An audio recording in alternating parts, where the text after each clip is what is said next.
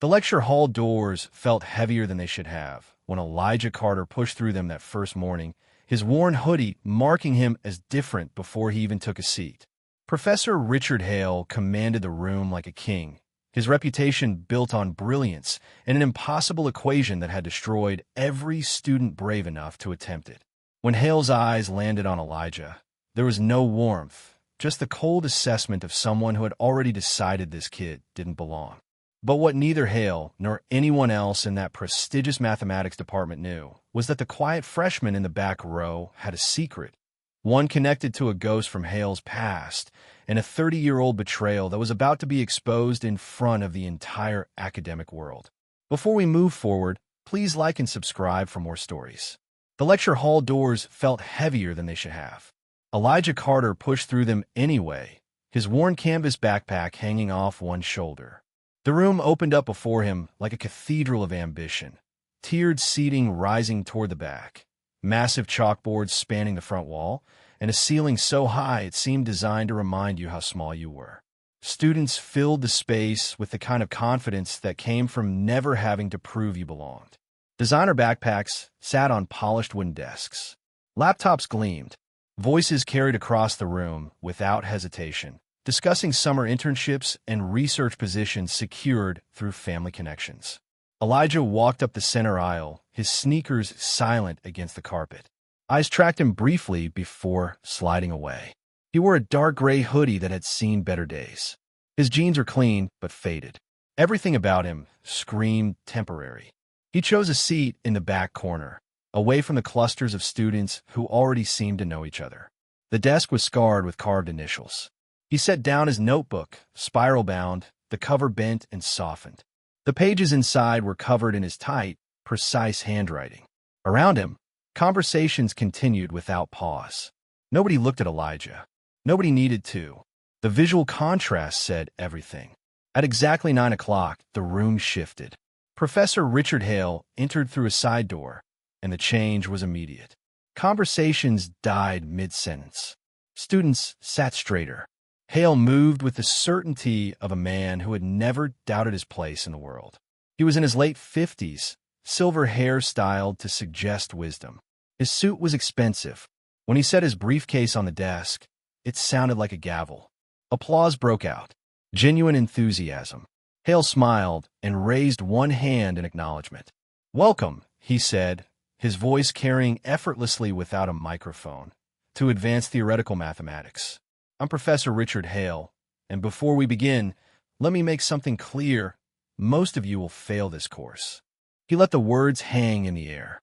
Mathematics at this level isn't about memorization. It's about thinking in ways most human beings simply cannot. Genius is rare. I've spent 30 years teaching here, and I can count on one hand the students who truly belonged in this room. Hale's eyes swept across the lecture hall. When his gaze reached the back corner, it paused on Elijah. Not warmly, with something closer to resignation. Elijah met his eyes briefly, then looked down at his notebook. "Now," Hale continued, turning to write on the board, "let's see who's been paying attention to their prerequisites." He wrote out a proof, chalk clicking against the board. When he finished, he turned back. "Someone walk me through the logic here." His eyes scanned the room, skipping over raised hands. "You in the back." "The hoodie." The room went quiet. Students turned to look. Elijah cleared his throat. "The proof assumes a continuous function, so we can apply the intermediate value theorem to—" "Louder, please," Hale interrupted. Elijah kept his voice steady. "The intermediate value theorem applies because the function is continuous on the closed interval. Since we have opposite signs at the endpoints, there must be at least one zero."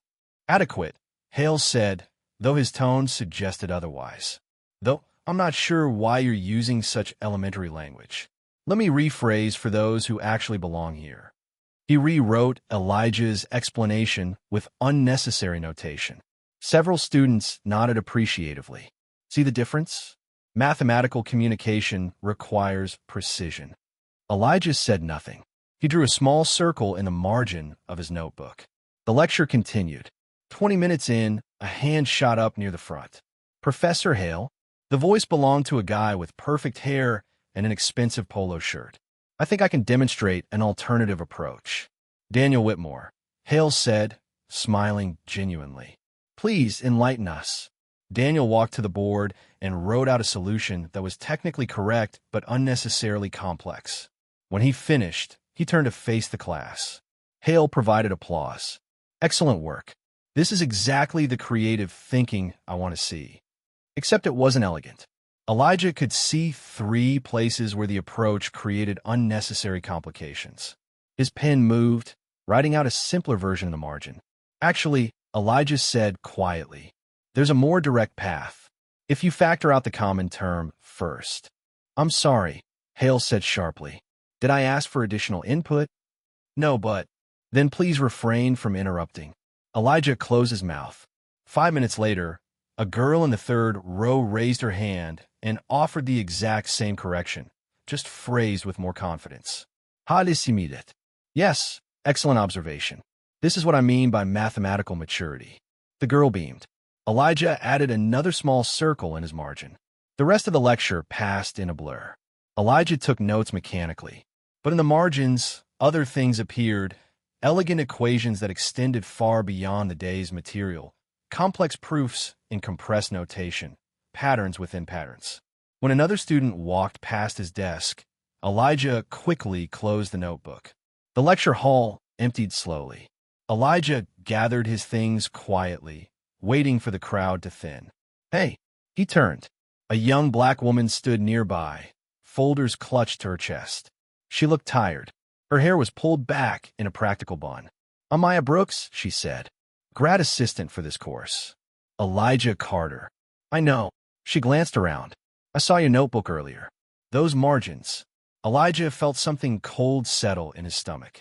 It's just notes. Those weren't just notes. I have a master's in pure mathematics, and I couldn't follow half of what you had written. Where did you learn that? I don't know what you're talking about. Maya stepped closer. Listen carefully. I've been in this department for 3 years. If you're as good as that notebook suggests, you need to be careful.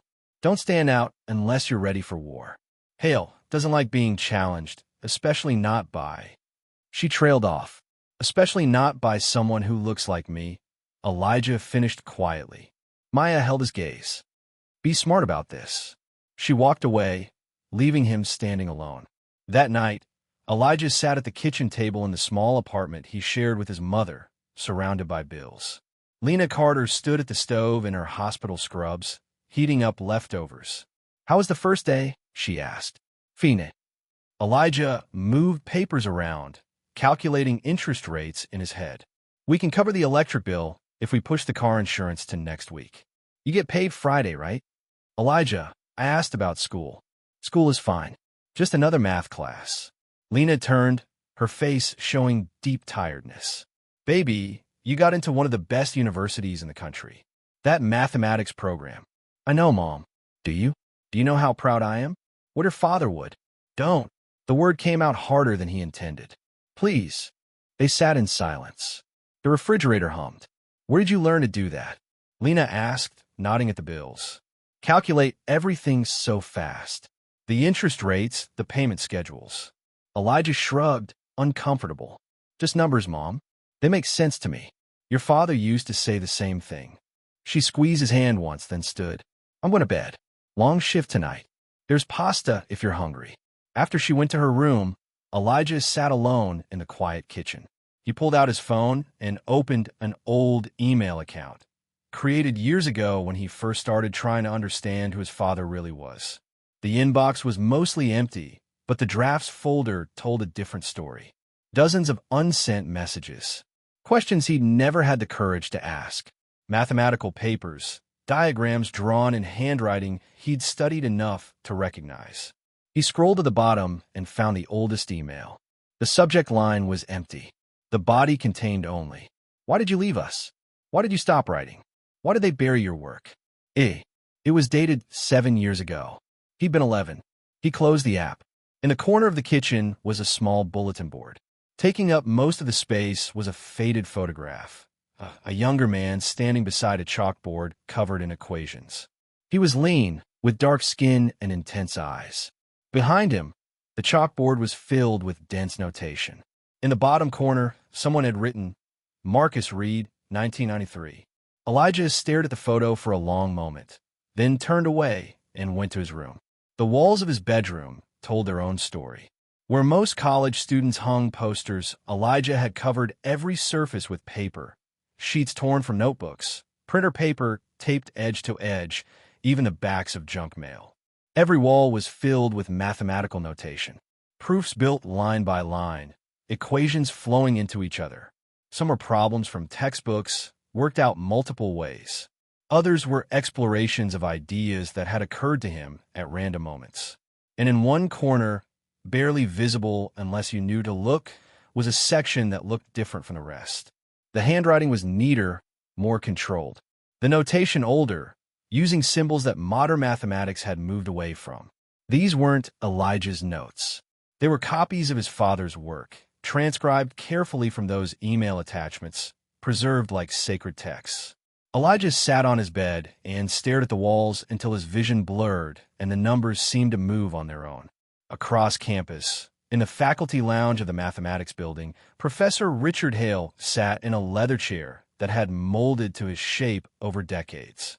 3 other professors shared the space, all comfortable in their positions at the top of the academic hierarchy. First day of advanced theoretical, one of them asked.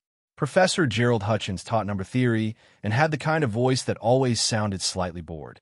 The usual mix, Hale said, swirling scotch in a crystal glass. A handful who might survive, a dozen who'll drop within 2 weeks, and the inevitable few who simply don't belong but refuse to acknowledge it. Anyone interesting? Hale smiled without warmth. There's a kid in the back row. Quiet type, looks like he wandered in from the maintenance staff. I give him 3 weeks before reality sets in. Why 3 weeks? Because that's when I'm introducing the challenge track. The real coursework. Separate the wheat from the chaff, as they say. I'm planning to expose exactly who deserves to be in that room and who's just taking up space. The other professors chuckled. Hutchins raised his glass. To standards. To standards, Hale echoed. They drank, and the conversation moved on to department politics, funding disputes, and the usual academic grievances. None of them noticed Maya Brooks, standing just outside the door, having arrived to drop off graded assignments. She stood there for a long moment, listening, her jaw tight. Then she turned and walked away, the folder of papers clutched so hard her knuckles went pale. The next 2 weeks passed in a blur of increasing pressure. Hale's lectures grew progressively more difficult, the material accelerating at a pace that left half the class struggling to keep up. Students who had entered with perfect grades and glowing recommendations found themselves lost in forests of abstraction they couldn't navigate. Drops began. First 1, then 3, then 7. Elijah remained in his corner seat, quiet and observant. He answered when called on, but always carefully, choosing simple language and holding back the deeper insights that came to him naturally. Maya's warning echoed in his mind every time he felt the urge to say more. Don't stand out. Not yet. Not unless you're ready. But in his notebook, the margins continued to fill with thoughts that went far beyond the course material. Connections that Hale never made. Patterns the textbook didn't mention. Entire frameworks of understanding that seemed to exist in dimensions the official curriculum never touched. On a Wednesday morning in the 3rd week, Hale walked in with an announcement that made the entire room go still. I'm introducing something special this semester, he said, his voice carrying the satisfaction of a man about to enjoy himself. A challenge track for those who believe they have what it takes. Advanced problems, higher stakes, and an opportunity to prove you belong among the truly exceptional. He pulled out a list and began reading names. Each one belonged to a student who had already distinguished themselves. Top scores, confident participation, the right background. Daniel Whitmore's name came first, to no one's surprise. 5 others followed. Each met with approving murmurs from the class. Then Hale paused, his eyes finding the back corner. And finally, Elijah Carter. The murmurs changed tone. Students turned to look, confusion evident on their faces. Who was that? The quiet kid in the hoodie? Why would Hale select him? Elijah felt every eye in the room. He kept his face neutral, but his hand tightened on his pen. These 7 students, Hale continued, will complete an additional problem set each week, significantly more difficult than the standard coursework. Most won't last the full semester, but those who do will have proven something important. After class, Maya caught up with Elijah in the hallway. "That was deliberate," she said quietly. "He's setting you up." "I know. Then why aren't you more worried?" Elijah adjusted his backpack, his expression unreadable. "Because I didn't come here to hide." The first challenge problem arrived via email that evening. Elijah read it 3 times, not because he didn't understand it, but because he was trying to figure out the trap. The problem looked straightforward at first glance, a proof involving complex analysis and topology. But buried in the setup was a subtle flaw, an assumption that didn't hold under scrutiny. It was designed to fail. Anyone who approached it directly would end up in an impossible loop, unable to complete the proof because the foundation was broken. The question wasn't whether you could solve it. The question was whether you could recognize that you shouldn't try. Elijah spent 2 hours writing up his response. He pointed out the flaw in careful, precise language, then demonstrated why the problem, as stated, was unsolvable. He showed 3 different approaches that all led to the same contradiction. Then, just to be thorough, he included a corrected version of the problem and solved that too. He submitted it at 11 that night and went to bed without a second thought. The next morning, Hale returned the challenge assignments to all 7 students. 6 of them had attempted the proof and failed in various creative ways. Daniel Whitmore had come closest to identifying the issue, but had tried to solve it anyway, producing 15 pages of work that went nowhere. When Hale reached Elijah's desk, he held the paper up for the class to see. "Mr. Carter has submitted what he believes is a correction to my problem," Hale announced, his voice dripping with amusement. "Apparently, he thinks the flaw is in the question itself, not in his understanding." Students laughed. Even some of the challenge track participants smiled. "Now, I could explain why Mr. Carter is confused," Hale continued. "I could walk through the nuances he's missing, the theoretical framework he clearly hasn't grasped. But I think it's more instructive to let this stand as an example of intellectual overconfidence. When you don't understand something, the solution isn't to claim the question is wrong. The solution is to study harder." He placed the paper face down on Elijah's desk and moved on. In the front row, Daniel whispered something to the student next to him. They both looked back at Elijah and smirked. Elijah said nothing. He picked up the paper, glanced at the grade, a C- with a note that read fundamentally misunderstood the assignment, and put it in his bag.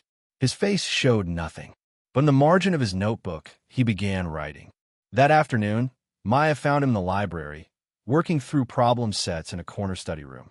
She knocked on the glass door, and he looked up, surprised. "Can I come in?"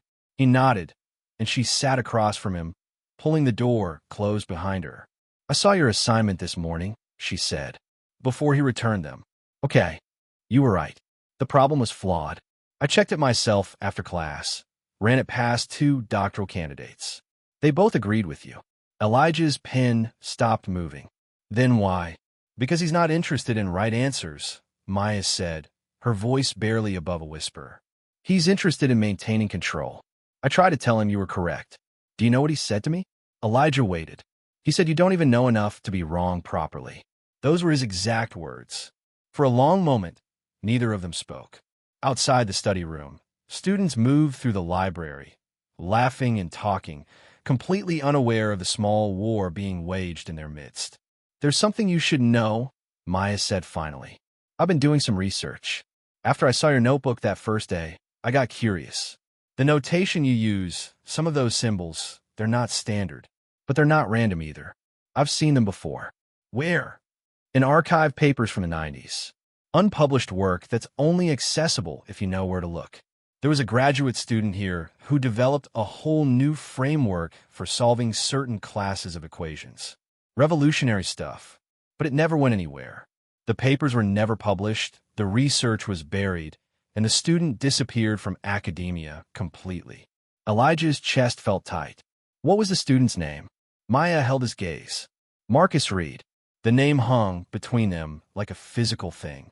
Elijah looked down at his notebook, at the equations filling the margins, at the notation he'd learned from scanned papers and late-night study sessions with work his father had left behind. "He was my father," Elijah said quietly. Maya's eyes widened. "That explains so much. The way you think, the methods you use, it's all his framework. You're working from his foundation. He taught me when I was young." Before he left, Elijah's voice was flat, carefully controlled. "I've been studying his papers ever since, trying to understand why his work disappeared, why nobody remembers him. I'm starting to think I know why," Maya said. "And if I'm right, you need to be very careful. Because the person who made sure your father's work stayed buried is sitting at the front of your classroom every morning." Over the next week, the challenge track intensified. Hale assigned increasingly difficult problems, each designed to push the students to their limits. 5 of the 7 participants dropped out, overwhelmed by the workload and the constant pressure. Only Daniel and Elijah remained. Daniel thrived on the attention.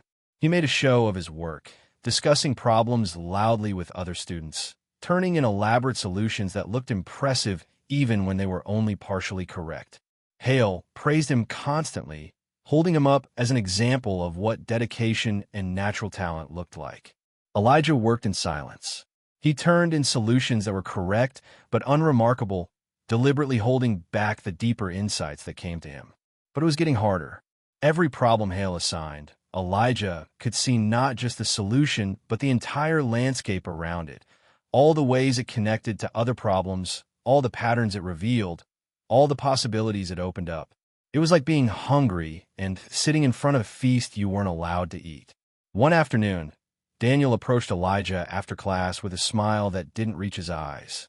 "Hey man, some of us from the challenge track are getting together to work through this week's problems. Study group at my place tonight. You should come." Elijah hesitated. Maya's warning still echoed in his mind. "I usually work alone. Come on, it'll be good. Collaboration, you know?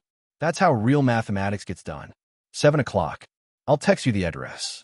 That evening, Elijah found himself in Daniel's apartment, a spacious place near campus that clearly came with significant parental funding. Expensive furniture filled the living room.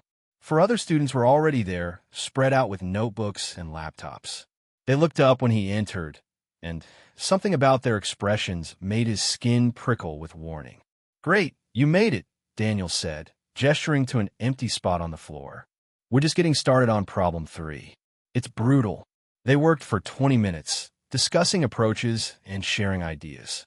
Elijah listened more than he contributed, feeling increasingly uneasy. The conversation felt performative, like everyone was acting out a script he hadn't been given. Then Daniel slid a paper across the table. "What do you think about this approach? I've been stuck on it for hours." Elijah glanced at the problem. It was one of the challenge questions, a complicated proof involving manifolds and differential geometry. Daniel's work covered 2 pages, but it was going in circles, repeating the same logical steps without making progress. "You're approaching it backward," Elijah said without thinking. "If you start with the boundary conditions instead of trying to work inward, the whole thing opens up." "Show me," Daniel said, his voice carrying an edge Elijah hadn't noticed before. Elijah reached for a blank sheet of paper and began writing. The solution flowed from his pen almost automatically, reframing the problem, identifying the key insight, building the proof step by elegant step. It took him maybe 3 minutes. The room had gone completely silent. When he looked up, everyone was staring at him. "How did you do that so fast?" one of the other students asked, her voice sharp with disbelief. Elijah felt the trap close around him. I saw the pattern." "The pattern," Daniel repeated slowly. "In 3 minutes. A problem that had me stuck for 6 hours. You just saw the pattern." "Yeah." "Do another one," someone else said, voice tight. "Problem 5. None of us can crack it."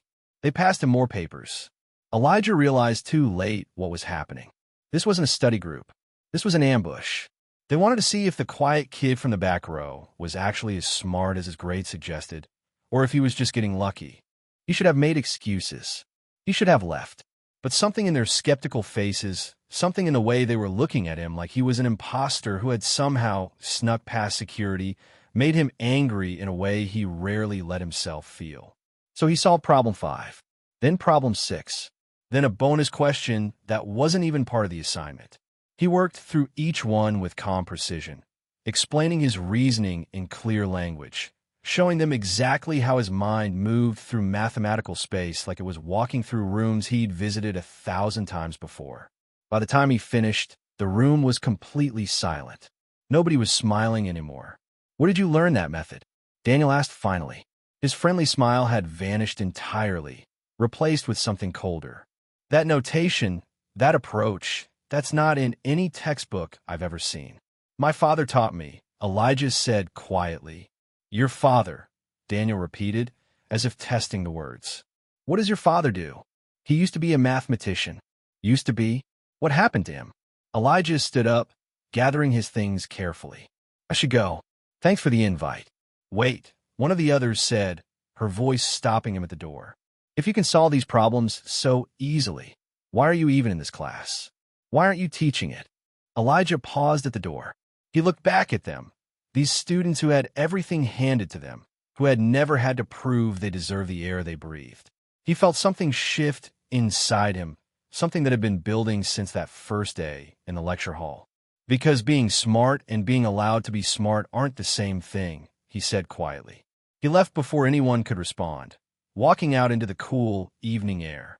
Behind him, he could hear their voices rising in urgent conversation. He didn't look back. The next day in class, Hale announced a new challenge. His voice carried across the lecture hall with particular satisfaction. "In 2 weeks, I'm going to present a problem that has never been solved. Not by any student in this university's history. Not by most professional mathematicians worldwide. I'm inviting anyone who feels capable to attempt it during our class session.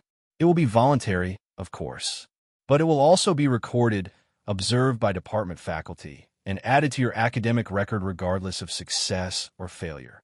He paused, letting the implications sink in slowly. Fail publicly in front of everyone, and that failure would follow you forever. Succeed, and you'd prove yourself exceptional beyond doubt. But attempting it at all required the kind of confidence that could destroy you completely if you were wrong. "I encourage you to think carefully about whether you're ready for this level of exposure," Hale continued. His eyes found Elijah in the back corner. "Some challenges are designed to reveal our limitations." Around the room, students exchanged nervous glances, weighing risk against ambition. Daniel sat up straighter, already planning his attempt. A few others looked intrigued but cautious, their expressions betraying doubt. Elijah wrote in his notebook, 2 weeks, nothing more. That night, he sat at his kitchen table long after his mother had gone to work her night shift. His phone lay, face up, next to his notebook, the email account open to that old, unsent draft from 7 years ago. He stared at it for 20 minutes before he finally started typing. "Why did you leave?" His fingers hovered over the send button for another 5 minutes. Then he pressed it. The email whooshed away into the digital void. Elijah closed his eyes, feeling something between relief and terror. For hours later, his phone buzzed. A new message. The sender, Mathematics. The subject line, "Re, why did you leave?"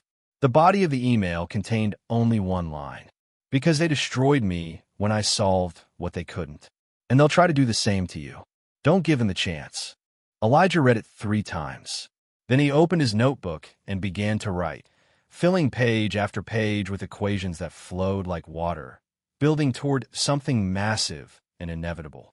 In his bedroom, surrounded by walls covered in his father's notation and his own explorations, Elijah worked through the night. He wasn't solving problems anymore. He was preparing for war. And in 2 weeks, the battlefield would be a chalkboard at the front of a lecture hall, under the eyes of everyone who had ever doubted he belonged. The email from Marcus Reed sat in Elijah's inbox like a live wire. He read it again, then again, each time finding new weight in those few words. "Because they destroyed me when I solved what they couldn't. And they'll try to do the same to you. 2 weeks until the public challenge. 14 days to decide whether to stay invisible or step into the light and risk everything. The next morning, Hale unveiled fragments of the upcoming equation during lecture.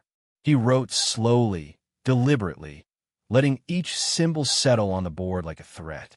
Even before he finished, students were leaning forward, squinting, trying to parse what they were seeing. This, Hale announced, tapping the chalk against the board, is a composite equation that has stumped some of the finest mathematical minds in the country. It integrates concepts from topology, abstract algebra, and complex analysis. Most doctoral candidates wouldn't know where to begin. Around the room, nervous energy crackled. Someone whispered that it looked impossible. Someone else pulled out their phone to photograph the board before Hale could erase it. Daniel raised his hand. "Professor, is this related to the Whitmore conjecture?" "Alle simile pileacet." "Observant, Mr. Whitmore. There are elements here that touch on similar territory. But this goes further, much further." Elijah stared at the board, his mind already working through the structure. He could see patterns emerging, connections between the different components. It wasn't impossible. It was complex, certainly, but there was logic buried in the chaos. His fingers itched to write, to start breaking it down, but he kept his hands flat on his desk. After class, Maya caught up with him in the hallway. She pulled him into an empty classroom and closed the door. "Tell me you're not actually going to attempt that thing," she said. Elijah didn't answer immediately. He was still thinking about the equation, about the way certain elements seemed deliberately obfuscated. "Elijah," Maya pressed, "I'm serious. That equation isn't just difficult. It's designed to humiliate whoever tries it. Hale has been planning this for weeks, maybe months. He's setting a trap." "I know. Then why do you look like you're considering walking right into it?" Elijah met her eyes. "Because maybe it's time to stop hiding." Maya's expression shifted from concern to something closer to fear. "You don't understand what you're risking. This isn't just about one equation. If you fail publicly like that, it follows you. Every grad school application, every recommendation letter, every opportunity, they'll all remember the kid who tried to be a genius and fell flat. And if I don't try, then what?" Elijah's voice was quiet but firm. "I keep sitting in the back, watching him take credit for other people's insights, letting him decide who deserves to be here. That's not living, Maya. That's just surviving." She studied him for a long moment, then sighed. "You sound like your father. You've been researching him." "I have." Maya pulled out her phone and showed him a scanned document, an old academic paper, yellowed with age. The author line read, "Marcus Reed." This was submitted to 3 different journals in 1994. All 3 rejected it, not because the mathematics was wrong, but because it challenged work that Richard Hale had published 2 years earlier. Elijah took the phone, scrolling through the paper. The notation was familiar, the same symbols he'd seen in those old emails, the same framework he'd been studying for years. "Your father proved that Hale's foundational theorem had a critical flaw," Maya continued. "A flaw that would have invalidated half of Hale's published work. So Hale used his influence to bury it. He got journal editors to reject it, convinced other professors to dismiss it as the work of an inexperienced graduate student. Your father tried to fight back, but he was nobody. Hale was already famous. Guess who won? And now Hale's using a modified version of my father's work in this impossible equation," Elijah said, the pieces clicking together. "He took what he buried and claimed it as his own." "Exactly. Which means if you solve it using your father's methods, you won't just be showing off. You'll be exposing him." Elijah handed back the phone. "Good." That night, campus buzzed with anticipation. Students created betting pools on who would be brave enough to attempt the equation. Money changed hands in dormitories and cafeterias. The odds on Elijah attempting it were surprisingly low. Most people didn't think he had the courage. Social media accounts dedicated to the mathematics department posted speculation and analysis. Someone even started a live stream countdown, the digital clock ticking down to what they called Mathematical Judgment Day. Comments flooded in from students across campus, from alumni who had survived Hale's courses years ago, even from mathematicians at other universities who had heard about the challenge. A sophomore named Jason posted a detailed thread breaking down why the equation was unsolvable. He used screenshots of textbooks and quoted famous mathematicians. His analysis went viral, getting 3,000 likes in 4 hours and being shared across multiple platforms. Students printed out copies and hung them in the math building like wanted posters.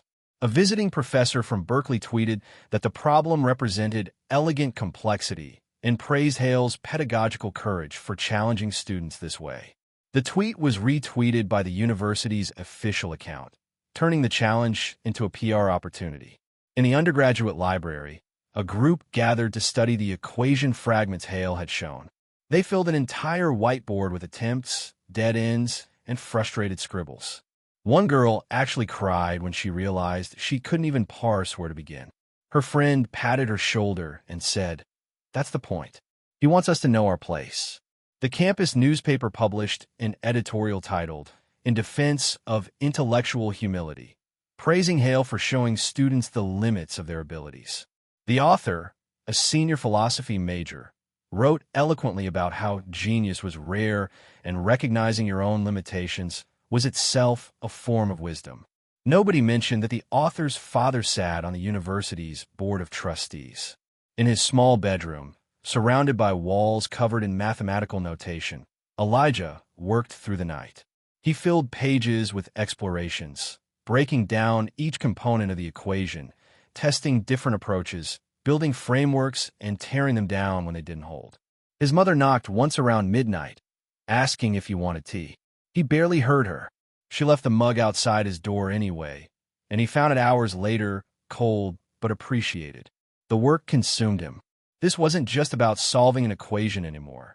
It was about understanding exactly how his father's brilliance had been stolen and corrupted. Each line of notation told a story. Each symbol revealed where Hale had taken Marcus Reed's elegant framework and deliberately complicated it, adding unnecessary layers to obscure the original beauty. Around 2 in the morning, Elijah found the first real breakthrough. A section that Hale had presented as impossibly complex actually simplified in 3 steps if you applied Reed notation. It was like watching a locked door swing open. His heart rate picked up. By 3, he had the full picture. Not just the solution, but the pattern beneath the solution. The beautiful, terrible truth of what Hale had done. His father's framework was there, buried under layers of misdirection, claimed and corrupted. But the bones were unmistakable. It was like looking at a skeleton that had been painted over, dressed up, given a new name, but underneath remained exactly what it had always been. Elijah sat back, staring at the pages spread across his bed, spilling onto the floor, covering every surface in his small room. His hands were shaking slightly, not from fear or exhaustion, but from anger. Pure, focused anger at the injustice of it all. His father had created something brilliant, something that could have changed mathematics, and Richard Hale had stolen it, buried the evidence, and built a career on top of the grave. He picked up his phone and typed a message to the email address his father had used. "I'm going to solve it. I'm going to show them what you built. I'm going to make them remember your name." The reply came 20 minutes later. "Don't do this for me. Do it for you. But if you do it, make it count. Show them everything." The next few days crawled by with agonizing slowness.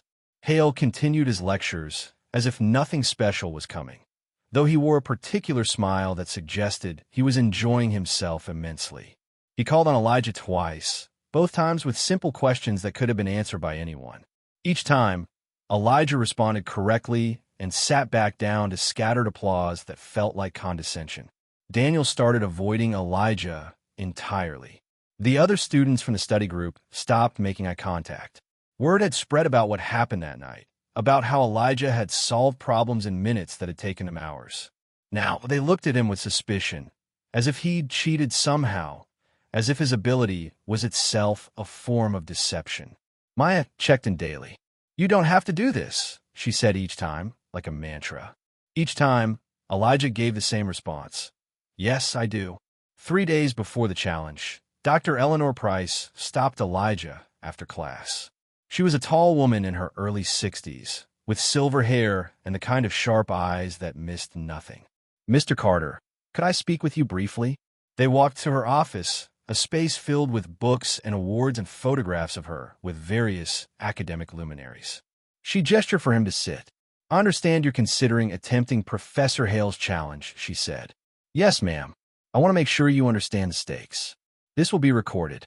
Faculty from across the university will be present, along with several visiting scholars. If you attempt this and fail, it becomes part of your permanent academic record."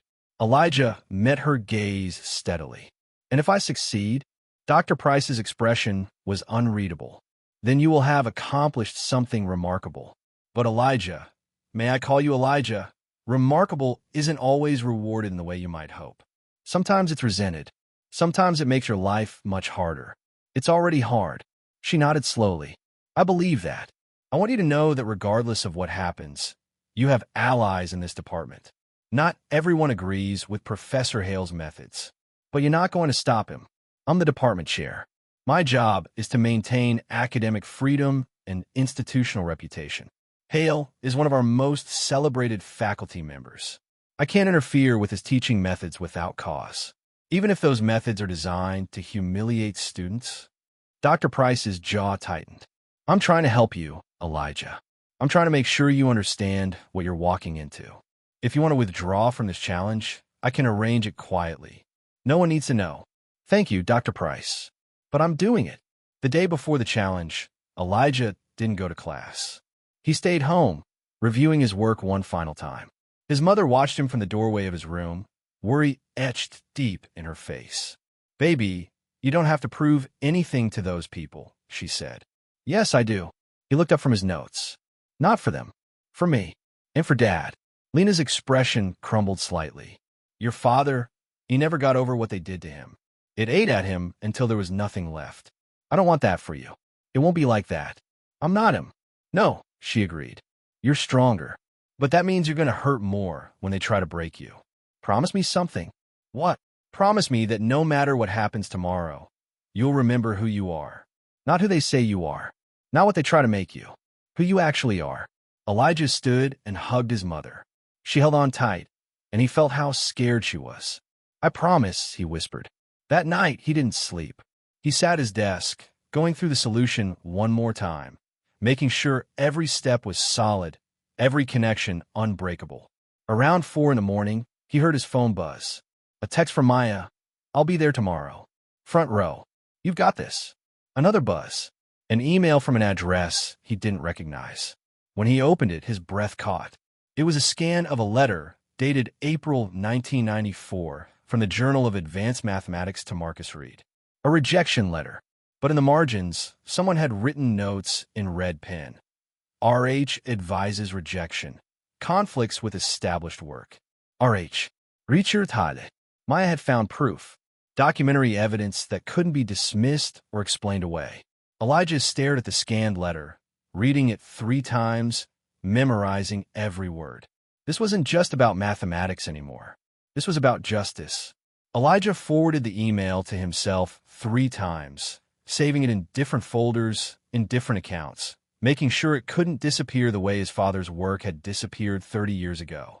Then he got dressed, even though dawn was still hours away. He put on his best shirt, a button-down his mother had bought him for high school graduation, crisp and white. His good jeans, the ones without any fraying. His only pair of dress shoes, polished the night before until they shined. He looked at himself in the mirror. The kid who looked back at him wasn't the same one who had walked into that lecture hall 5 weeks ago. That kid had been trying to disappear, to take up as little space as possible, to survive without being noticed. This one was ready to be seen. This one was ready to take up all the space he deserved. At 7 a.m, he left for campus.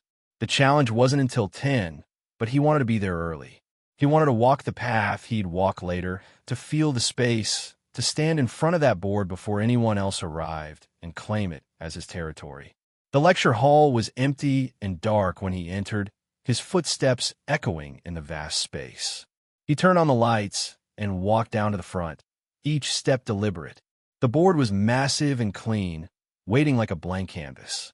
He picked up a piece of chalk, feeling its weight in his hand, the slight roughness of its surface, the way it wanted to write. Then he set it down. Not yet. This moment needed to be witnessed. He sat in the front row for a while, just looking at the empty space where everything would happen. He breathed slowly, centering himself, preparing mentally for what was coming. This wasn't just about solving an equation. This was about standing up in a system designed to keep him sitting down. This was about reclaiming his father's stolen legacy. This was about proving that genius didn't require permission. By 9:30, people started arriving. Students filled the seats, their voices creating a buzz of excitement and nervous energy. Some came with notebooks, ready to document whatever happened. Others brought friends who weren't even in the class, turning it into a spectacle. The atmosphere crackled with anticipation. Elijah had claimed a seat in the third row, not hiding in the back this time, but not presumptuous enough to sit in the very front. Maya arrived and sat beside him without a word. Just placed her hand briefly on his shoulder, a gesture of solidarity that meant everything. Faculty members filtered in, taking seats along the side. Elijah recognized several faces, professors he'd seen around campus, graduate students, even people in suits who looked like administrators. Someone set up a camera on a tripod in the back corner, the red recording light glowing. Daniel arrived with his study group, all of them clustered in the front rows on the opposite side from Elijah. Daniel glanced over once, his expression unreadable, then looked away. At exactly 10 o'clock, Professor Hale entered to genuine applause. He wore a dark suit and carried himself like a man about to give a performance he'd been rehearsing for years. He set his briefcase down, surveyed the packed room, and smiled. "Well," he said, his voice carrying perfectly, "it seems we have quite an audience today.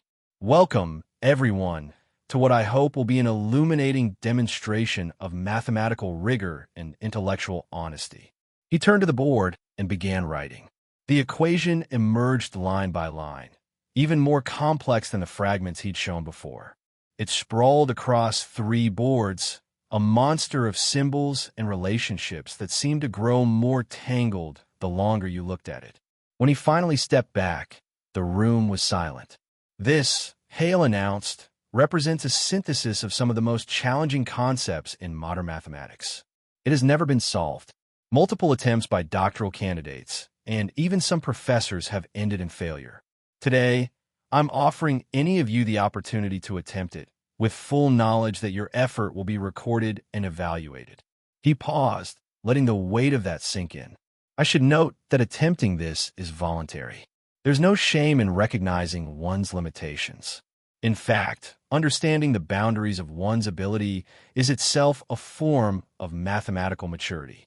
Several students shifted uncomfortably. Nobody raised their hand. "Come now," Hale continued, his tone almost mocking. "Surely someone here believes they have what it takes. Mr. Whitmore, what about you? You've been one of my top students." Daniel shook his head. "I don't think I'm ready for that, Professor." "Wise decision." Hale's eyes scanned the room, moving from face to face. "Anyone else? Remember, fortune favors the bold." The silence stretched. Elijah could feel eyes starting to turn toward him, could sense people remembering the rumors about the study group, about the kid in the back who supposedly solved problems impossibly fast. "Mr. Carter," Hale's voice cut through the quiet, "you've been particularly eager to offer your thoughts this semester. Surely you'd like to demonstrate your abilities?" Every head turned. The camera in the back corner adjusted, focusing. Elijah felt the moment crystallize around him. This was it, the trap fully sprung, the stage set for his public humiliation. Maya whispered urgently, "You can still walk away." But Elijah was already standing. He walked down the aisle toward the front, his footsteps loud in the silent room. His heart hammered against his ribs, but his hands were steady. He reached the board and turned to face the crowd. "I'll attempt it," he said clearly. Scattered whispers rippled through the audience. Hale's smile widened, but there was something predatory in it now, something triumphant. "Excellent," Hale said, stepping aside with exaggerated courtesy. "Please, show us what you can do." Elijah picked up the chalk. For a moment, he just stood there, looking at the massive equation sprawled across the boards.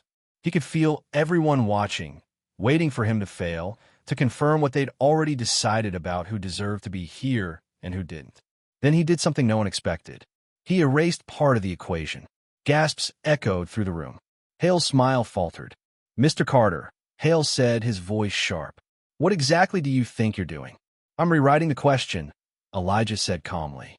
"Because as written, it's based on a false premise." "Excuse me." Elijah turned to face Hale directly. "This equation assumes a framework that was disproven 30 years ago by Marcus Reed in a paper that was rejected from publication by journals where you served as an advisory reviewer." The room went completely still. Even the whispers died. Hale's face had gone rigid. "That's a serious accusation." "It's a fact." Elijah turned back to the board and began rewriting. "The core structure here is lifted from Reed's 1994 framework, but you've introduced deliberate errors to make it appear unsolvable. If you remove those errors and restore the original logic, the equation simplifies dramatically." He wrote quickly now, his hand moving with absolute confidence. The complicated mess on the board began to transform. Where there had been chaos, structure emerged. Where there had been contradictions, clarity appeared. A visiting professor in the second row stood up slowly, staring at the board. "My God," she whispered. "He's right. That's Reed notation. I remember reviewing that paper. We rejected it on recommendation from—" She trailed off, looking at Hale. Elijah kept writing. He broke the equation into components, demonstrated the relationships between them, and rebuilt it into something recognizable and solvable. Each step was precise, elegant, undeniable. "This is the part you removed," Elijah said, pointing to a section he'd rewritten. 30 years ago, you took my father's work, buried it, and then used pieces of it to build your own reputation. This impossible equation is just his framework with deliberate mistakes added." He turned to face the room. "It was never impossible. You just didn't want anyone to see that someone else had already solved it." Hale's face had gone from rigid to red. "This is completely inappropriate. You're disrupting an academic exercise with unfounded conspiracy theories." "Then explain this." Maya stood up, holding her phone. "I have the original rejection letter from the Journal of Advanced Mathematics. Your initials are right there in the margins, recommending rejection. Not because the mathematics was wrong, but because it conflicted with established work. Your work." The room erupted. Students were pulling out their phones, filming. Faculty members were talking urgently to each other. Dr. Price had stood up, her face pale. Elijah turned back to the board. His hands moved faster now, building on what he'd established. He solved the first segment of the equation using the restored framework, then the second, then the third. Each solution flowed naturally from the previous one, the kind of elegant progression that marked genuinely brilliant mathematics. "Stop this immediately," Hale demanded, moving toward him. "You're making a mockery of this institution. Let him finish." The voice came from the back of the room. Everyone turned.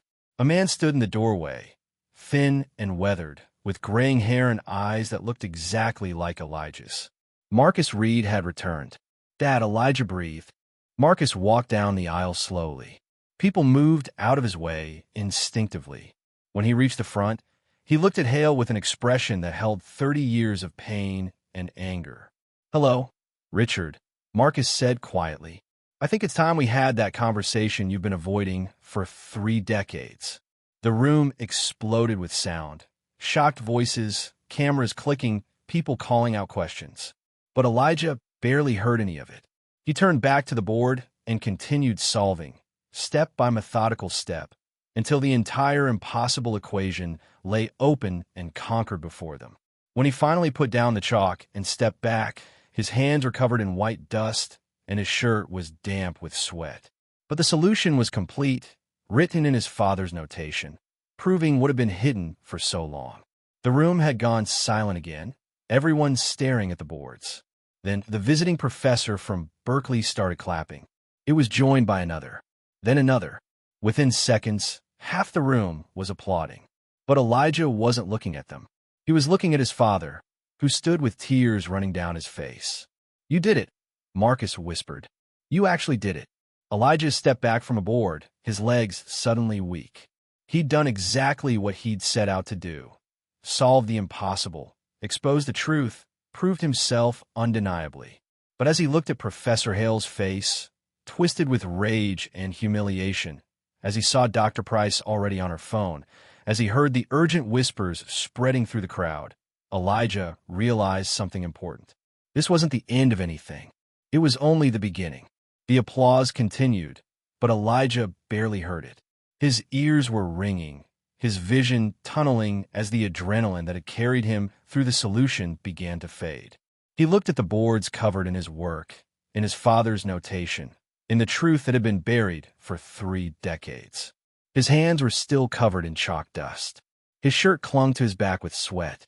Every muscle in his body felt simultaneously electric and exhausted. Marcus Reed stood frozen at the edge of the crowd, tears still tracking down his face, leaving wet lines through the years of invisible grief he'd carried. Their eyes met across the lecture hall packed with witnesses, and in that moment, 30 years of absence collapsed into a single point of understanding. Elijah had done what his father never could. He'd forced them to see. He'd made the invisible visible. He'd turned silence into sound. But Professor Hale wasn't done fighting. Men like him never went quietly. This is completely unacceptable. Hale's voice cut through the applause like a knife. Mr. Carter has disrupted an academic exercise with wild accusations and theatrical displays. This is not how serious mathematics is conducted. The applause died. Students looked uncertain, caught between what they'd just witnessed and the authority figure now reasserting control. Dr. Eleanor Price stood up from her seat along the wall. Her face was pale but composed. Professor Hale, I think we need to adjourn this session immediately. There are serious allegations that require investigation. Allegations? Hale laughed, but it sounded forced. A student plagiarizes outdated notation and claims it as revelation. And you want to investigate me? Dr. Price, I expected better judgment from you. The notation isn't outdated, said the visiting professor from Berkeley, standing up. Her name tag read Dr. Sarachun. I reviewed Marcus Reed's original papers when I was a graduate student. They were remarkable, and they were rejected under suspicious circumstances that several of us questioned at the time. Hale's face reddened. You don't know what you're talking about. Reed's work was fundamentally flawed. Then explain why you're using it. Elijah's voice was quiet, but it carried. Explain why your impossible equation is built on the exact framework you claimed was flawed 30 years ago. Explain why you had journal editors reject my father's papers while you were already incorporating his methods into your own research. I don't have to explain anything to you. Hale spat. You're a freshman who got lucky on one problem. You think that makes you special? You think that gives you the right to attack my reputation? I think the mathematics speaks for itself. Elijah gestured to the boards. Anyone here can verify what I've written. The framework is Reed's. The notation is Reed's. The elegant solution that you claimed was impossible only becomes impossible if you deliberately corrupt the original structure, which is exactly what you did. Hale turned to Dr. Price. I want this student removed from my class immediately. He's disrupting the academic environment with conspiracy theories and disrespectful behavior. Professor Hale, Dr. Price said carefully, given the seriousness of these claims and the documentary evidence Ms. Brooks mentioned, I think it's best if we suspend this session and convene an emergency department review. Everyone, please clear the hall. Faculty, please report to my office in 30 minutes. The room erupted in chaos. Students pulled out phones, filming and typing furiously. Several faculty members surrounded Dr. Price, talking urgently. Daniel and his friends huddled together, their expressions shocked. Maya grabbed Elijah's arm. We need to get you out of here before this gets worse. But Marcus was already moving toward them, pushing through the crowd. When he reached Elijah, he pulled his son into a fierce hug. Elijah felt his father's body shaking, whether from emotion or fear or relief, he couldn't tell. I am sorry, Marcus whispered. I'm so sorry I wasn't there. I'm sorry I let them scare me away. I'm sorry you had to fight this battle alone. I wasn't alone, Elijah said, looking at Maya. They left through a side door while the chaos continued. Camera flashes lit up the lecture hall behind them. Someone was already live streaming the aftermath. Within minutes, clips of Elijah's solution would be spreading across social media, analyzed by mathematicians worldwide. They found an empty classroom 3 buildings away. Marcus sat heavily in a chair, looking older than his years. Maya stood guard at the door, while Elijah paced, the reality of what he'd just done beginning to sink in. "They're going to come after you now," Marcus said quietly. "Not just Hale. The whole system that protected him. The journals that rejected my work. The professors who looked the other way. They all have reputations to protect. Let them come," Elijah said, though his voice shook slightly. "You don't understand." Marcus's hands trembled as he ran them through his gray hair. "I thought I could fight them too. I thought the truth would be enough. But they have power, Elijah. They control funding, publications, academic appointments. They can make you disappear without ever saying your name." "It's different now," Maya interjected. "Social media exists.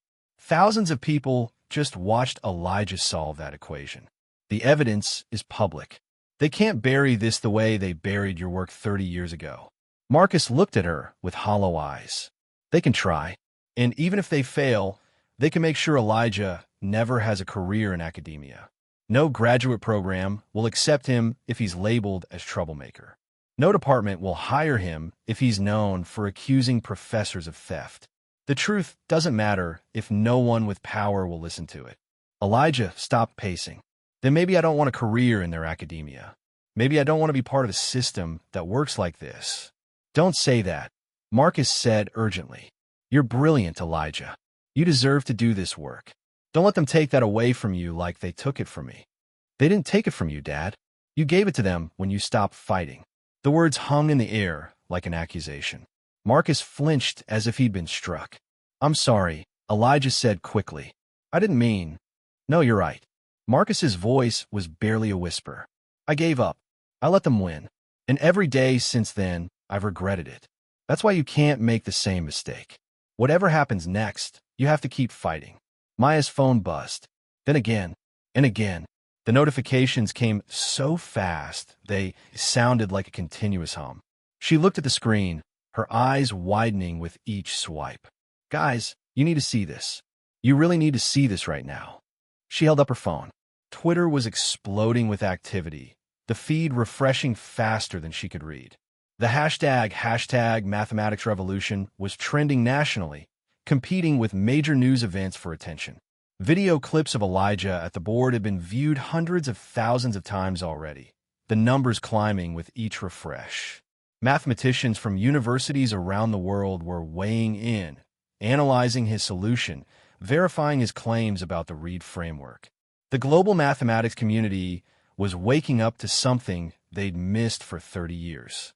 A professor from MIT had tweeted, "Just reviewed the Carter solution frame by frame. He's absolutely correct. This is Reed notation. How do we miss this for 30 years? How many careers did we destroy by looking the other way?" Another from Cambridge. "Watching the academic establishment scramble to explain this is fascinating and horrifying. Someone needs to investigate Hale's entire publication history. Every paper, every citation, everything. A Fields Medal winner from Paris. If this is what one undergraduate can accomplish when we actually pay attention, how much genius have we wasted by not listening?" And from a mathematics blogger with a massive following. "If even half of what this student is claiming is true, this is the biggest academic scandal in modern mathematics. Richard Hale needs to answer some very serious questions. And so does everyone who enabled him." "It's going viral," Maya said, scrolling through her feed with increasing speed. "People are already calling for investigations at multiple universities. Some of Hale's former students are coming forward saying they suspected he plagiarized their work too. One grad student from 2003 just posted that Hale published her dissertation research under his name alone. Another says he blocked her paper from publication and then presented the same ideas at a conference 6 months later as his own discovery." Marcus stared at the phone, disbelief transforming his weathered face. "In my day, we didn't have this. When they silenced me, I had no way to fight back. No platform, no audience, just rejection letters and closed doors and the slow realization that nobody was coming to help. The silence was absolute." "The world's changed," Elijah said, his voice gaining strength. and we're going to use that. We're going to make sure they can't do to anyone else what they did to you." Over the next 3 hours, the situation escalated rapidly. Dr. Price convened an emergency faculty meeting that turned into a heated debate. Some professors defended Hale, citing his decades of service and acclaimed research. Others, particularly younger faculty members, demanded a full investigation. Maya had friends in the graduate program who fed them information. The department was fracturing along generational lines. Older professors who had worked with Hale for years were circling the wagons. Younger faculty members and graduate students were sharing their own stories of Hale's dismissiveness, his tendency to take credit for others' insights, his pattern of favoring certain students while systematically undermining others. By evening, the university released a statement. The mathematics department is conducting a thorough review of recent allegations. Professor Richard Hale has been placed on administrative leave pending the outcome of this investigation. We take all claims of academic misconduct seriously and are committed to maintaining the highest standards of integrity. The statement was careful, neutral, but the fact that Hale had been suspended sent shockwaves through campus. Students who had never paid attention to the mathematics department were suddenly following every development. The university's main Instagram account was flooded with comments demanding transparency. Elijah's mother arrived on campus around 8 that evening, still in her hospital scrubs from her shift. She found them in the mathematics building lounge, where they'd been camped out monitoring developments. When she saw Marcus, she stopped dead. "Lena," Marcus said, standing awkwardly. "Marcus." Her voice was flat, controlled. Then she turned to Elijah, and her composure cracked. "Baby, are you okay? I saw the videos. Everyone at the hospital was talking about it. My son, standing up there." Her voice broke. Elijah hugged her tight. "I am okay, Mom. I promise." She held him for a long moment, then pulled back and looked at Marcus. The years of pain and abandonment were written on her face, but so was something else, a reluctant understanding. "You taught him this," she said. It wasn't quite an accusation, but it wasn't forgiveness either. "I taught him mathematics," Marcus said quietly. "He taught himself courage. That part came from you." Lena's jaw tightened. "We need to talk. The three of us. But not here." She looked around at the curious faces watching them. "Let's go home." They returned to the small apartment where Elijah had grown up. It felt strange having his father there after so many years. Marcus looked around at the worn furniture, the cramped kitchen, the life he'd missed, and shame crossed his face.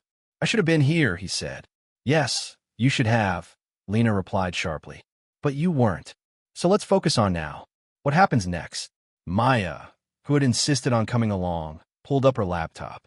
"The investigation is just starting, but I've been doing some digging.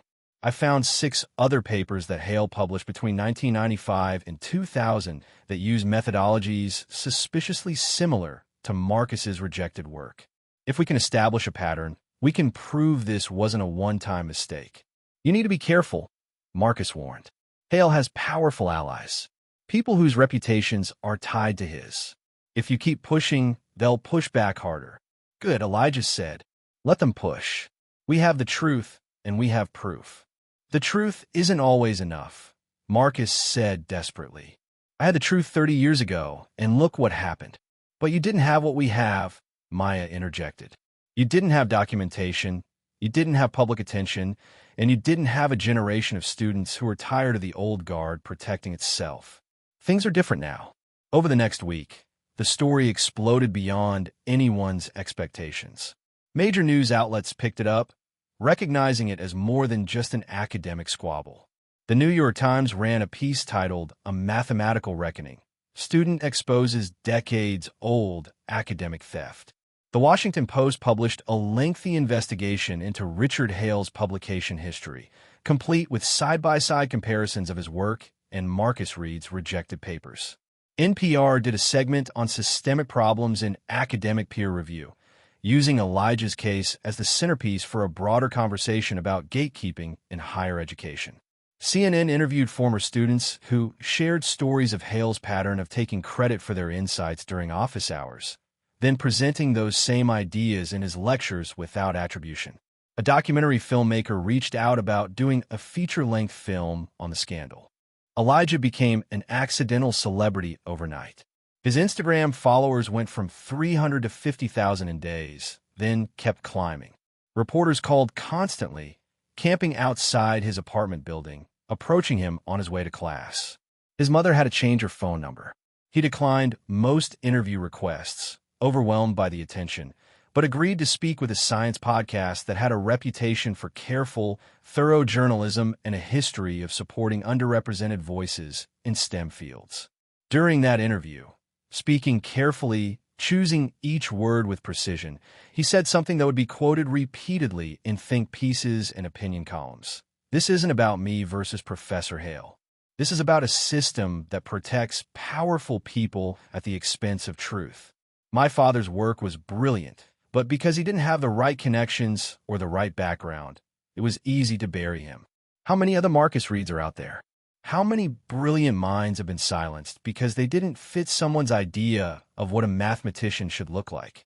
How many potential discoveries have we lost because we let gatekeepers decide who deserves to be heard? The quote went viral.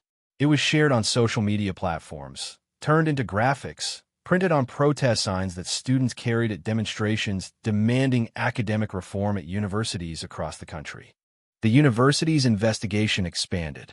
They brought in external reviewers from other institutions. Hale's former graduate students were interviewed. Journal editors who had worked with him in the 90s were questioned about their review processes. 3 weeks after the lecture hall confrontation, the preliminary findings were released. The report was devastating. It confirmed that Hale had systematically opposed Marcus Reed's work in peer review while simultaneously incorporating Reed's methodologies into his own publications. It found evidence of plagiarism in at least 4 papers. It documented a pattern of taking credit for graduate students' insights and marginalizing researchers who challenged his work. The university held a press conference. Dr. Price, looking exhausted, announced that Professor Richard Hale had been terminated for gross academic misconduct. His published works would be reviewed for retraction. The university was establishing new oversight procedures for peer review and academic integrity. "We failed Marcus Reed," Dr. Price said during the press conference. "We failed to protect a promising young mathematician from academic theft. We failed to investigate when questions were raised. We failed to create a system where truth mattered more than reputation. We cannot undo that failure, but we can learn from it." That evening, Elijah sat on his bed, surrounded by the walls he'd covered in equations. His phone buzzed constantly with messages of congratulations, interview requests, and opportunities. Harvard's mathematics department wanted him to transfer. MIT offered a full scholarship. A tech company wanted to hire him as a consultant for an absurd amount of money. Marcus sat in the doorway, watching his son process it all. "What are you going to do?" Marcus asked. Elijah looked at all the messages, all the sudden attention from institutions that would have ignored him 6 weeks ago. "I don't know. Part of me wants to tell them all to go to hell. They only care now because I went viral. Where were they when you needed them? Where are they for all the other students Hale destroyed?" "That's fair," Marcus said, "but don't let anger rob you of opportunity. Use these offers. Build something better than what we had." "I want to," Elijah said slowly, "but not alone, and not in their system. Maya and I have been talking. What if we created something new? A research institute that's actually open to everyone, where your ideas matter more than your connections, where brilliant kids from nowhere can actually be heard." Marcus smiled, and for the first time in 30 years, it reached his eyes. That sounds like something worth building. The next day, Maya shared a message she'd received. It was from Dr. Sarah Chun, the Berkeley professor who had spoken up during the confrontation. She wanted to help. She knew other professors who felt the same way, people who were tired of the old system, who wanted to support genuine talent regardless of where it came from. "She's offering to mentor you," Maya said, showing Elijah the email. "And she wants to help establish your institute. She has connections to donors who might fund it." Elijah read the email 3 times. It felt like something was shifting, not just for him, but for something larger. A crack in the old foundation that might let something new grow through. But he also knew the fight wasn't over. Hale's supporters were already working to rehabilitate his reputation, claiming the investigation was politically motivated. Some mathematicians were defending his work, saying that methodological similarities weren't proof of theft. Online forums were full of debate, some calling Elijah a hero, others calling him an opportunist who had gotten lucky once and was trying to destroy a great man's legacy. "It's never going to be simple, is it?" Elijah asked Maya one afternoon as they worked together in the library. "No," she said honestly. "Changing systems never is. But you already started something that can't be stopped. Students everywhere saw what you did. They saw that you can challenge power if you're brave enough and smart enough. That matters." A month after everything exploded, the mathematics department held a ceremony that felt like both an ending and a beginning. They were officially renaming the Advanced Mathematics Lecture Hall, the same room where Elijah had erased Hale's equation and rewritten history. The plaque read, "The Marcus Reed Hall, in recognition of brilliant work that should never have been silenced, and in commitment to ensuring every voice is heard." Marcus stood in front of the plaque, Lena on one side, Elijah on the other. Students and faculty filled the hallway, watching in respectful silence. His hands shook as he reached out to touch his name etched in brass, running his fingers over letters that proved he had existed, that his work had mattered, that 30 years of invisibility were finally ending. "I never thought I'd see this," he whispered, his voice breaking. "You shouldn't have had to wait 30 years for it," Elijah said, his own throat tight with emotion. "No," Marcus agreed, tears flowing freely now. "But maybe that means the next Marcus Reed won't have to wait at all. Maybe what you started will make it easier for the next kid who doesn't fit their mold, who doesn't have the right last name or the right connections or the right color skin. Maybe they'll have a chance you gave them." Dr. Price approached them carefully. She'd aged visibly over the past month, the stress of the investigation and its fallout written on her face. "Marcus, Elijah, I wanted to apologize personally," she said. "Not just as department chair, but as someone who was here 30 years ago. I was a graduate student when you were. I remember your work. I remember thinking it was brilliant. And I remember saying nothing when it was rejected. I was scared of challenging the establishment. That cowardice contributed to what happened to you, and I'm sorry." Marcus looked at her for a long moment. "Thank you for saying that.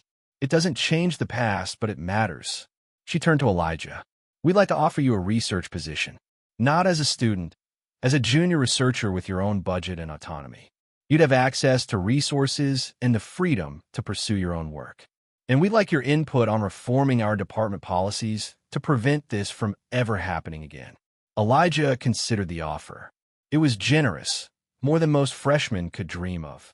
But he learned something over the past month. Sometimes the most important thing wasn't accepting what was offered, but demanding what should have been offered all along. "I'll consider it," he said carefully, "but I want guarantees. Real ones. I want a seat on the oversight committee. I want protection for students who challenge professors. I want transparency in peer review. And I want resources dedicated to recruiting and supporting students from underrepresented backgrounds. Not as charity, but as recognition that brilliance exists everywhere if you bother to look for it." Dr. Price smiled slightly. "You sound like your father. He would have made similar demands if he'd had the chance. He has the chance now," Elijah said, looking at Marcus. "Both of us do." Later that evening, as the sun set over campus, Elijah and Marcus walked together through the mathematics building. They stopped in front of the newly renamed lecture hall. "You know what the strangest part is?" Marcus said. "I spent 30 years bitter and broken, convinced my life was over at 25. But standing here now, seeing your name becoming known, seeing you fight in ways I couldn't, I realized maybe my story wasn't finished after all. Maybe it was just waiting for the next chapter. Our story," Elijah corrected. "This isn't just about you or me. It's about everyone who comes after us." They stood in comfortable silence, two mathematicians separated by a generation, but connected by something stronger than blood. The unbreakable belief that truth matters, that brilliance deserves recognition regardless of where it comes from, and that sometimes the most important equation to solve is the one that measures justice. Behind them, Maya appeared with her laptop. You guys need to see this. 3 more universities just announced they're reviewing their academic integrity policies. Stanford is creating a new program specifically for recruiting mathematically gifted students from underserved communities. And someone just donated $5 million to establish the Reed Foundation for Mathematical Excellence. Elijah and Marcus exchanged looks of disbelief. It's happening, Maya said, grinning. You started a revolution. No, Elijah said, putting his arm around his father's shoulders. We finished one that started 30 years ago. As they walked out of the building together, Elijah looked back one last time at the lecture hall where everything had changed. The room was empty now, silent, but he could still see it. The board covered in equations, the moment he chose to erase and rewrite, the instant he decided that staying invisible wasn't survival, it was surrender. He'd done what his father couldn't. He made them see the truth. But more importantly, he made sure they couldn't look away. 6 months after the confrontation that changed everything, Elijah stood at the window of a small office in a renovated building near campus. The sign outside read, "The Reed Institute for Mathematical Excellence." Behind him, Maya worked at a desk covered with applications from students around the world, kids from Detroit and rural Mississippi, from immigrant families and forgotten towns, all of them brilliant, all of them hungry for a chance. The pressure hadn't stopped. If anything, it had intensified in ways both expected and surprising. Corporate recruiters still called daily, offering salaries that made his mother's eyes widen with disbelief and amazement. Google wanted him for their quantum computing division. A hedge fund offered him $1 million a year to develop trading algorithms. Tech startups promised equity and the freedom to work on whatever interested him. Elite universities competed fiercely for his enrollment, each trying to outbid the others. Princeton, Cambridge, Caltech, each promised resources, mentorship, and the prestige of their names. Each wanted to claim him as their own, to add his story to their marketing materials about diversity and excellence. You could have anything, Maya said, looking up from her laptop where application materials glowed. Literally anything you want. So why does it feel like you're not sure what to do? Elijah turned from the window. Because none of them wanted me 6 months ago. They want the viral video kid. They want the story. But would they have noticed me if I hadn't made them? Does it matter? You made them notice. Now you get to choose. That's what scares me, Elijah admitted. My father chose academia. Look what it did to him. But if I walk away entirely, doesn't that mean they win? They get to keep their broken system, and I just leave? Before Maya could respond, the door opened. Marcus entered, carrying coffee and a folder thick with papers. He'd been officially reinstated to the academic community, his papers finally published in major journals, his name appearing in citations for the first time in decades. But the recognition came with its own weight. You're brooding again, Marcus said, handing Elijah a cup. Thinking. Same thing for people like us. Marcus sat down, his movements easier now, less weighed down by invisible burdens. I've been going through the fellowship applications. We have 237 qualified candidates. We can fund maybe 20 this year. 237 kids who might have been you, Elijah said quietly. 237 kids the system would have missed. Or worse, Maya added. Actively crushed. Marcus nodded. Which brings me to something I need to discuss with you both. Dr. Chun called this morning. The donors want to expand. They're offering $15 million over 3 years to create satellite programs at 10 universities. But there's a condition. There's always a condition, Elijah said. They want you as the face of it, director of student outreach. You'd spend a year traveling, speaking at universities, recruiting talent, building the network. It's a real position with real responsibility, not just ceremonial. Elijah set down his coffee. A year? What about finishing my degree? You could defer, Marcus said carefully. Or you could accept one of the university offers and do this part-time. Or you could walk away entirely and just be a student. The choice is yours, Elijah. That's the point. You have choices now. Real ones. The words hung in the small office. Outside, students walked past the window, heading to classes and study groups and lives that continued regardless of revolutions. What would you do? Elijah asked his father. Marcus was quiet for a long moment. 30 years ago, I would have told you to take the safest path. Keep your head down, finish your degree, don't make waves. But that was fear talking. Fear they put in me when they took everything away. He looked directly at Elijah. Today, I'd tell you to be brave. To take the path that helps the most people, even if it's harder. You already changed the system once. Imagine what you could do with resources and support. But what about my own work? My own research? If I spend a year recruiting and building programs, that's a year I'm not actually doing mathematics. Is it? Maya interjected. What's more mathematical? Solving equations alone in a room, or building a system that creates 1,000 new mathematicians? You already proved you could do the first. Now you have a chance to do the second. Elijah walked back to the window, watching students pass. Some wore university sweatshirts. Others looked like he used to. Worn clothes, tired eyes, the invisible markers of having to work twice as hard for half the recognition. Tell Dr. Chen I'll do it, he said. 1 year. But I want guarantees that the programs are actually accessible. No hidden requirements. No legacy preferences. If we're doing this, we do it right. Marcus smiled. I'll let her know.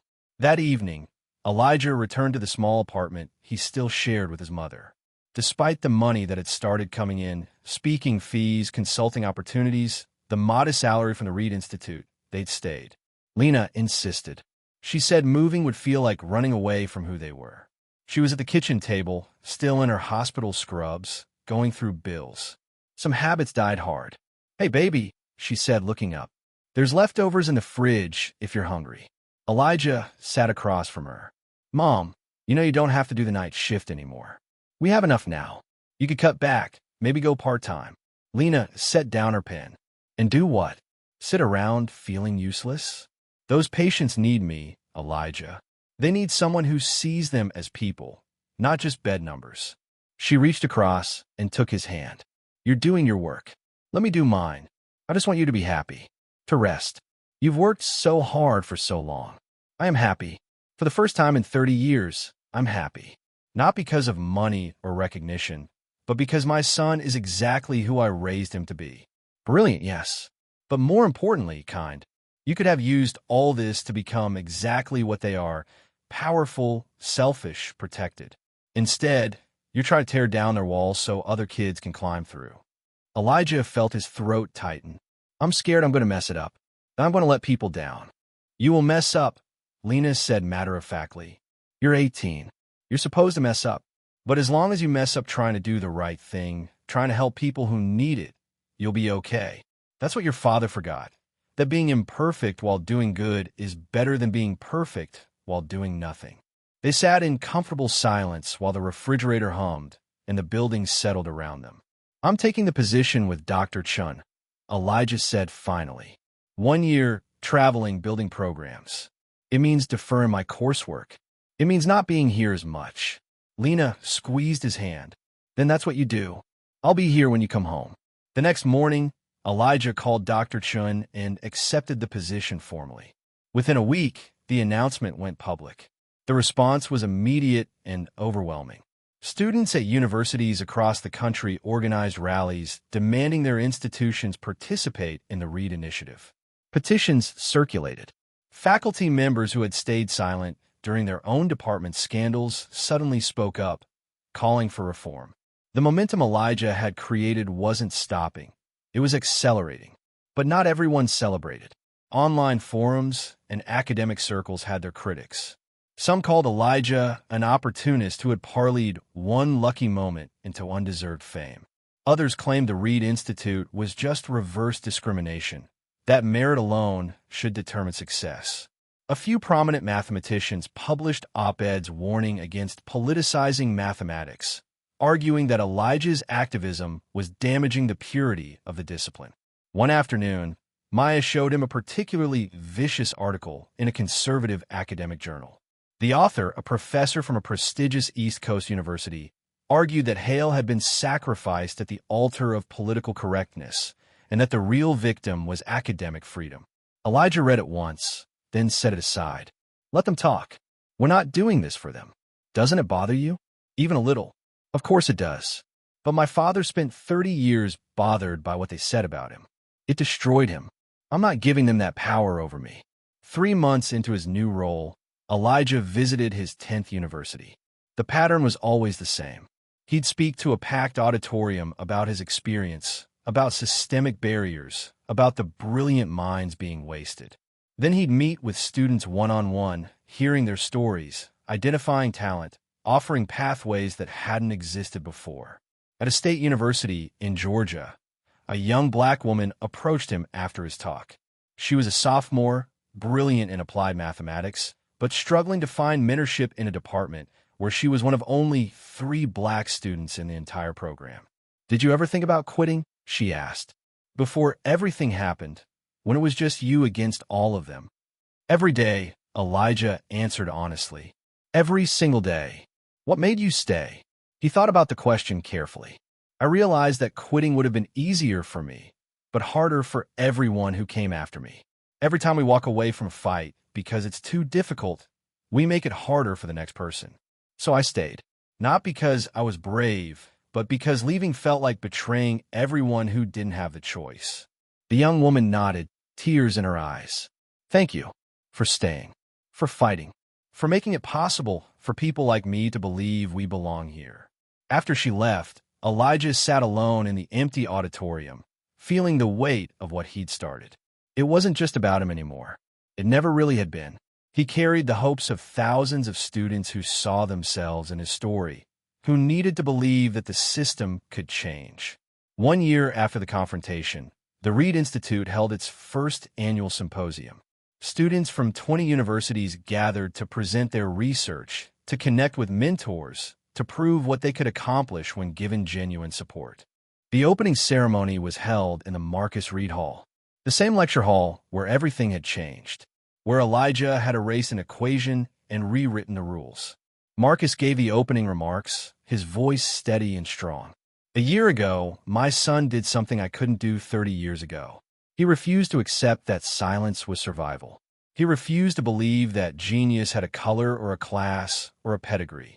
And because of his courage, 200 students are here today who might never have gotten this chance." The applause was thunderous. Then it was Elijah's turn. He stood at the podium, looking out at faces that reflected every background, every struggle, every dream the system had tried to ignore. "I'm not a hero," he began. "I was just a scared kid who got tired of being invisible. But what I learned is that one person refusing to disappear can create space for hundreds more to be seen. That's what we're building here. Not just an institute, but a movement.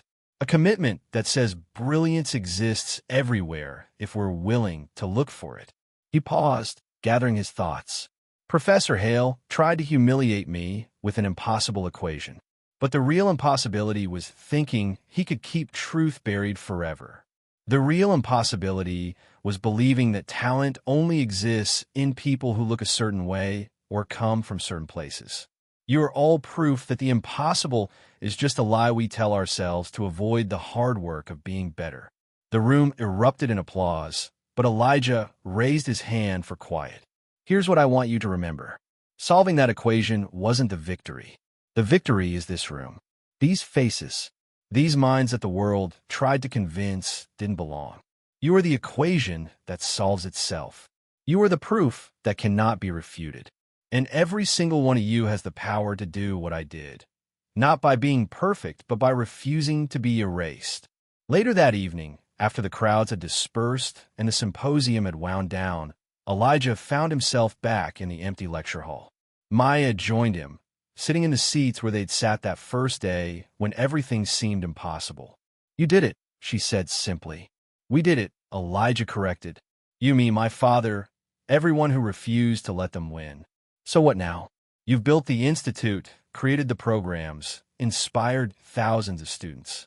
What's next for Elijah Carter?" He smiled. "I'm going back to school, finishing my degree, but not to prove I belong. I already know I belong. I'm going back because I love mathematics and I want to see what I can create when I'm not fighting just to survive. And after that, I teach. I mentor. I make sure the next kid who walks into a lecture hall feeling invisible doesn't have to fight as hard as I did. I turn my father's stolen legacy into a living movement that outlasts all of us." Maya nodded. "Sounds like a good plan." They sat in comfortable silence, two friends who had changed the world by refusing to accept it as it was. In a small community college across town, Richard Hale taught intermediate algebra to uninterested students who didn't know his name or his history. He was just another adjunct professor now, powerless and forgotten, teaching courses that first-year students took to fulfill requirements. The university where he'd reigned for decades had erased him as thoroughly as he'd tried to erase Marcus Reed. But at the Reed Institute, Marcus sat in his office surrounded by student research proposals, his name finally restored, his life's work finally recognized. His son had given him back more than a reputation. He'd given him a reason to believe the future could be better than the past. And in a small apartment where the refrigerator hummed and bills still covered the kitchen table, Lena Carter looked at the photograph on the wall. Her son in his worn hoodie, standing at a chalkboard covered in equations, refusing to be invisible. She smiled, because she'd always known. Brilliance doesn't ask permission. Truth doesn't need validation. And sometimes, the most powerful thing a person can do is simply refuse to disappear. Elijah had proven that mathematics wasn't just about numbers and equations. It was about who got to solve them, who got to be heard, who got to matter. And he made sure the answer to that question would forever be everyone. If you discovered your greatest gift came from someone the world tried to erase, would you risk everything to restore their name, even if it meant destroying your own future? If this story moved you, hit that like button and subscribe for more stories about courage, justice, and the power of refusing to stay silent.